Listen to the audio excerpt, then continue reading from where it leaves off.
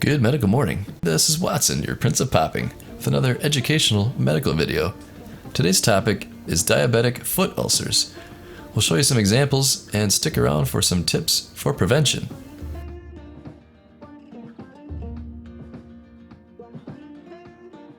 A diabetic foot ulcer is an open sore or wound that occurs in approximately 15% of patients with diabetes and is commonly located on the bottom of the foot.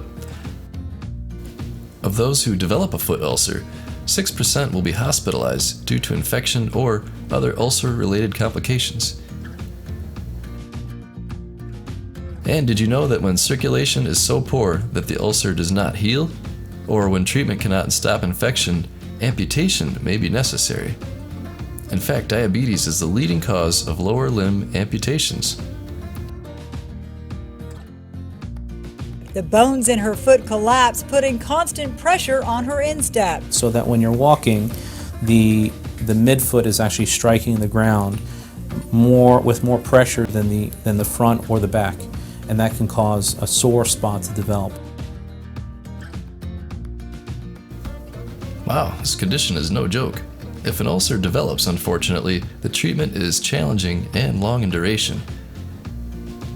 Teamwork consists of an orthopedic surgeon, endocrinologist, infectious disease physician, and a trained nurse, as dressing is necessary to care for the wound. To prevent these from happening, you should check your feet daily, clean them with soap and water, and choose the right shoes.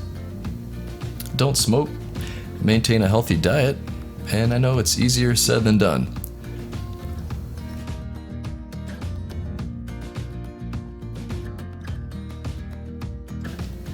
If you want to learn more about medical conditions like this, click subscribe. Also, check out our favorite metabolism booster and weight loss product, Thynergy. We'll see you next time.